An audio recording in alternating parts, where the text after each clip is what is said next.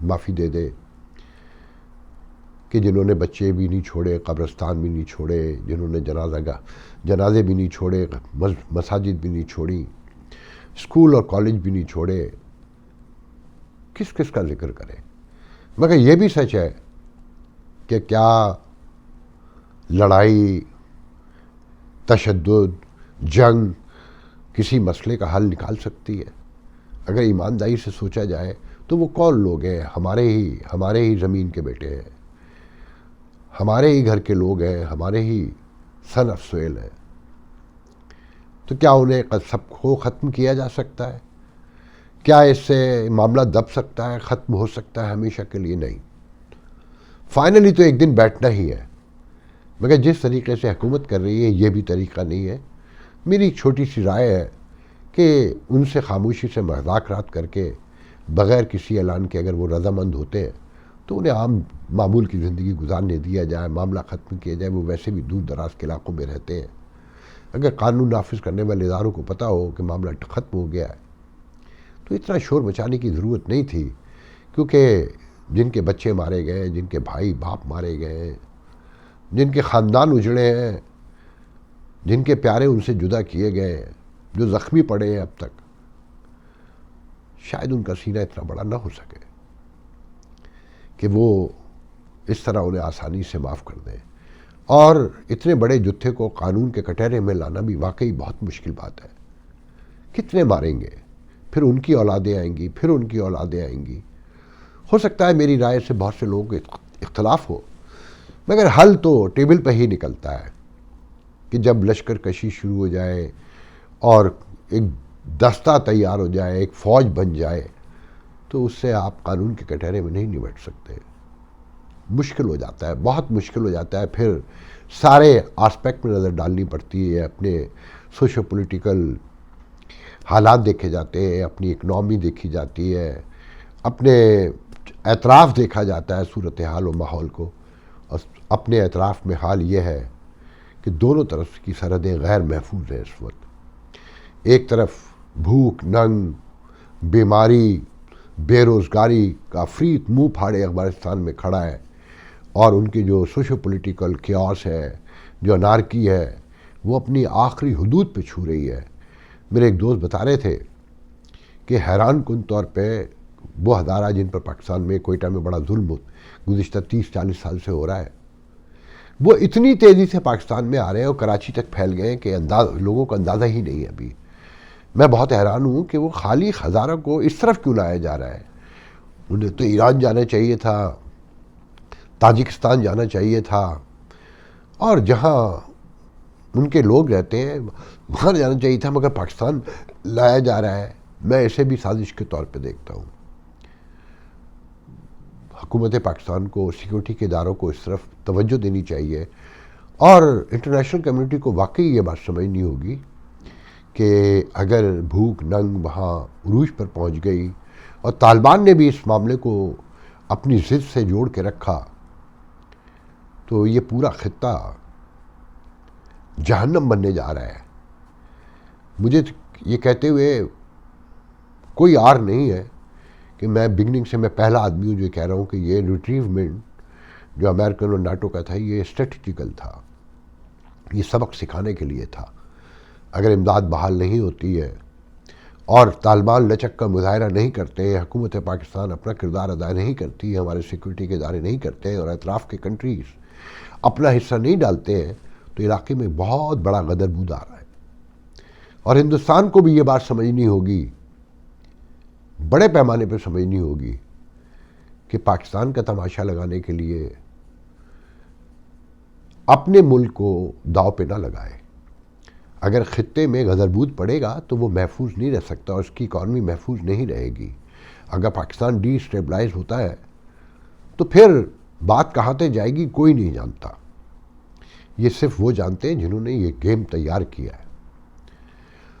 جہاں تک میری رائے ہے، میں سمجھتا ہوں کہ جو بل سینٹ میں آیا ہے اور جو army establishment, American army establishment نے اعتراضات اٹھائے ہیں کہ وڈرال پراپر ہونے میں دوحہ معاہدے کو بڑا ہاتھ ہے کہ وہ پراپر نہیں ہو سکا، طالبان نے اپنے وعدے پورے نہیں کیے، اور پاکستان کی سلامتی کے حوالے سے جو سوال اٹھائے ہیں کہ اگر افغانستان ڈی اسٹیبلائز ہوتا ہے اور دہشت گردی پھیلتی ہے تو پاکستان کی سلامتی کو بھی خطرہ ہے.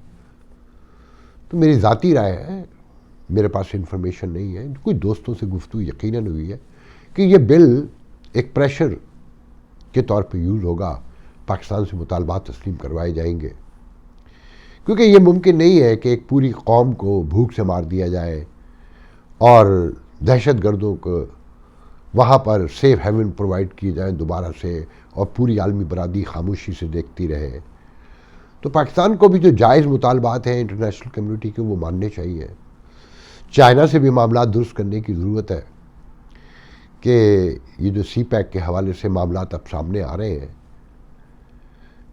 یہ سب ریلیٹ کرتے ہیں ایک دوسرے سے، کہ اگر آپ کے مغرب سے بھی تعلقات خراب ہوں، چائنا سے بھی خراب ہو جائیں، بھارت سے تو پہلے ہی ہیں، اور یہاں جس طرح سے لابی ایکٹیو ہوئی ہے انڈین لابی، وہ بہت خوفناک ہے.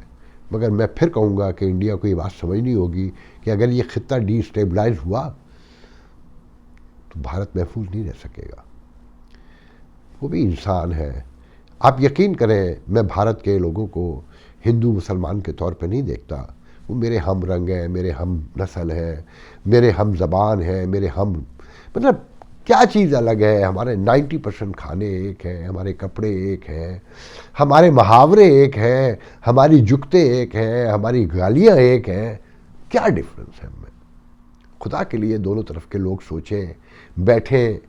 دیکھیں یورپ انٹیکٹ ہے، آپس میں ایک دوسرے سے ملتے ہیں، چھوٹے چھوٹے سے ملک ہیں، کسی کو کسی سے پرابلم نہیں ہے. کینیڈا میں جب جاتا ہوں تو یقین کریں مجھے ہمیشہ خیال آتا ہے کہ کاش میں بھی امرتسر آرام سے کراس کر کے کبھی ہندوستان جا سکوں، میں دیکھ سکوں ہندوستان کو جو میرے ماں باپ کی جنم بھومی ہے. خدا کے لیے سوچئے یہ کب تک لڑیں گے؟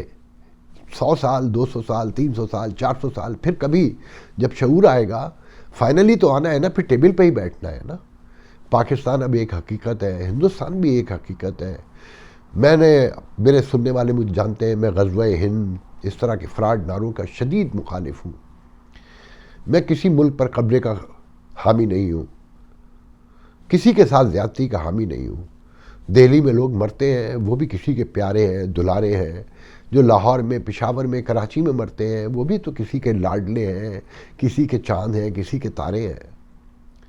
تو پلیز سوچئے، ہمارے اداروں کو بھی سوچنا چاہیے، ہماری اسٹیبلشمنٹ کو بھی سوچنا چاہیے، ویسٹرن ورلڈ کو بھی سوچنا ہوگا کہ بالادستی کی خواہش، ایک دوسرے کو کنٹین کرنے کے یہ سارے طریقے، تجربے، اس سے انسانیت کو نقصان پہنچ رہا ہے. فائدہ بہت مخصوص لوگوں کو ہوتا ہے، ایک بڑی اکثریت اس کا ایندھن بنتی ہے. بھوک سے مرتے ہیں لوگ، بیماری سے مرتے ہیں، کسمہ پرسی میں، تنہائی میں، اپنے پیاروں سے الگ ہو کے، جدا ہو کے. کیا ہوا عراق میں، کیا ہوا شام میں، کیا ہوا لیبیا میں، کیا ملا؟ کسی کو کچھ نہیں ملتا. کوئی آج بالادست ہے تو کل دوسرا کوئی بالادست ہوگا. ایک دوسرے کو گرانے کے بجائے ایک دوسرے کے قریب آئیں. گلوبل ولیج میں رہتے ہیں، انفارمیشن ہائی وے کے دور میں رہتے ہیں. سب سے زیادہ اس وقت پاکستان کی حکومت کو ان کے سیکیورٹی کے اداروں کو سمجھنا ہوگا کہ اگر افغانستان میں بھوک بڑھتی ہے اور طالبان جو ان کی پراکسی کہلاتے ہیں، آپ مانیں آپ نہ مانیں، ہو سکتا ہے آپ درست کہتے ہو، مگر پرسپشن پہ دنیا کھڑی ہے. پرسپشن یہ کہ وہ آپ کی پراکسی ہے، جو آپ کی بھی نہیں سنے، وہ آپ کے مذاکرات طالبان سے، تحریک طالبان سے تو کروا رہے ہیں، مگر آپ کے لیے انہوں نے مارا نہیں، انہیں نکالا نہیں، آپ کے حوالے نہیں کیا. سیکھیں ان سے سیکھیں جنہیں دنیا جاہل کہتی ہے، بنیاد پرست کہتی ہے، جو اپنے علاوہ کچھ نہیں دیکھتے، جو ایک عجیب سی شریعت لیے گھوم رہے ہیں مگر اپنے مفادات، وہ غلط یہ صحیح، اپنے مفادات کے لیے کتنے صادق ہیں، کتنے ایماندار ہیں اور کتنے ڈیڈیکیٹڈ ہیں. تو پاکستانی اداروں کو بھی سمجھنا ہوگا، پاکستان کی اسٹیبلشمنٹ کو بھی، حکومت کو بھی. اور حکومت کو یہ یاد رکھنا چاہیے کہ اگر وہ جب یہ کہتے ہیں کہ انکلوسیو حکومت بنے افغانستان میں سب کو شیئر ملے، تو پہلے اپنے گریبان میں جھانکیے، کیا آپ اپوزیشن کے ساتھ کیا کر رہے ہیں؟ اور اپوزیشن بھی کوئی دودھ کی دھلی نہیں ہے۔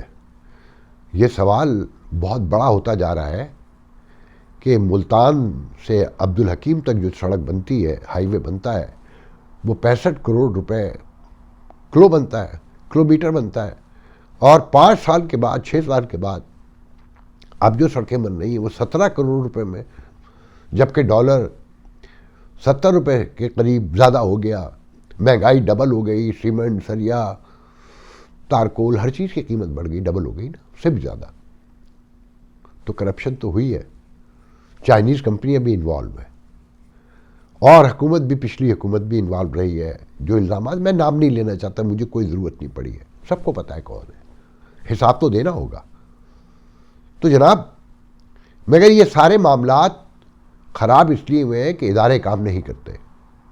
کرپشن جب ہوتی ہے جب ادارے ٹوٹ جاتے ہیں، وہ اپنا کام کرنا چھوڑ دیتے ہیں، اور انسان، عام انسان، خاص انسان، سب بڑے لالچی ہوتے ہیں۔ دولت ہر دور میں لوگ کمانا چاہتے تھے، اب بھی کمانا چاہتے ہیں، اور جانے ابھی کتنی صدیاں یہ سٹنگ جو ہے، یہ خواہش، یہ گریڈ، یہ لالچ قائم رہے گا انسانوں میں۔ اگر ادارے مضبوط ہوں تو عام آدمی تو کیا، کوئی حکمران بھی اتنی بڑی لوٹ مار نہیں کر سکتا۔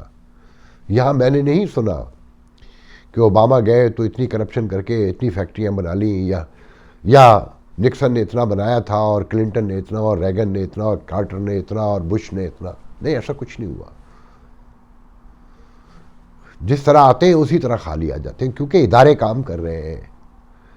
ادارے کسی کے آنے جانے سے ان پہ کوئی فرق نہیں پڑتا۔ پالیسیاں جو پارلیمنٹ دیتی ہے وہ چینج ضرور ہوتی ہیں کہیں نہ کہیں، ان کا امپلیمنٹیشن یہی ادارے کرتے ہیں، مگر جو بیسک قانون، انصاف و میرٹ ہے وہ کبھی نہیں ٹوٹتا۔ اور یہ عام آدمی کو سوچنا ہوگا، وہ نون لیگ کا ورکر ہو، وہ انصافی ہو، وہ جیالہ ہو پیپلز پارٹی کا، وہ ایم کیو ایم کا ہو، وہ کسی جماعت سے تعلق رکھتا ہو، یہ سوال پوچھا جانا چاہیے کہ 65 کروڑ روپے میں اس وقت کیوں بنی سڑک 1 کلومیٹر، اور آج 17 کروڑ میں کیوں بن رہی ہے؟ اگر یہ غلط ہے تو یہ بھی سامنے آنا چاہیے۔